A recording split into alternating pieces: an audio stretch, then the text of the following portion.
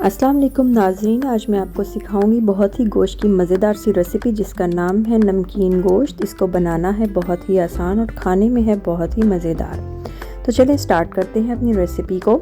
इसको बनाने के लिए मैं यूज़ करूंगी मिट्टी की हांडी।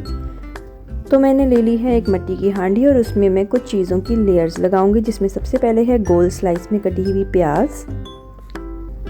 इसके ऊपर मैं डाल रही हूँ कद्दूकश की हुई अदरक और साबुत जवे लहसुन के। अब मैं इसमें गोश्त की लेयर लगा रही हूँ, जिसमें थोड़ी सी चर्बी भी शामिल है। ये देखिए। अब मैं इसमें नमक डाल रही हूँ और फ्रेश कुटी हुई काली मिर्च का इस्तेमाल करूँगी। इसमें ज़्यादा मसाले नहीं जाएंगे। अब मैं दोबारा से इसमें प्याज की, अदरक और लहसुन की लेयर लगाऊंगी।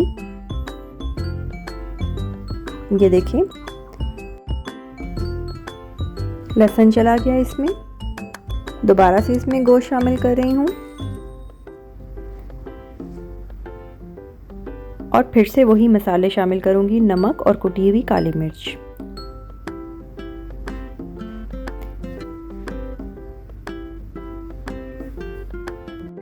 आखिर में प्याज के स्लाइसेस ऊपर से डालकर और थोड़ा सा ऑयल डाल दूंगी और इसको कवर करके बिल्कुल धीमी आंच पर दम पे रख दूंगी। ढक्कन को मैंने फॉइल से अच्छी तरह कवर कर लिया है और आग बिल्कुल स्लो कर दी है।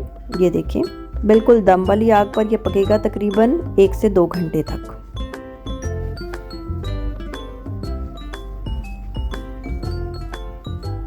इस रेसिपी को बनाने के लिए पानी का इस्तेमाल बिल्कुल नहीं किया और पौने घंटे के बाद ढक्कन उठाने के बाद ये देखिए आप, इसमें पानी खुद से मौजूद है। ये गोश्त का अपना पानी है और सारी हांडी इसी में पकेगी।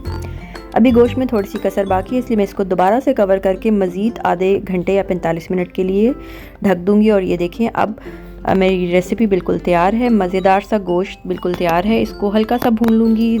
हरी मिर्चें और धनिया ऊपर से डाल दिया है और मज़ीद फ्लेवर डालने के लिए मैंने इसमें 1 टेबलस्पून देसी घी डाल दिया है।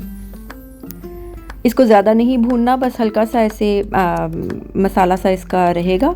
और इसको अपनी दावतों में ज़रूर ट्राई कीजिएगा और मेरे चैनल को लाइक एंड सब्सक्राइब करना बिल्कुल मत भूलिएगा। अल्लाह हाफ़िज़।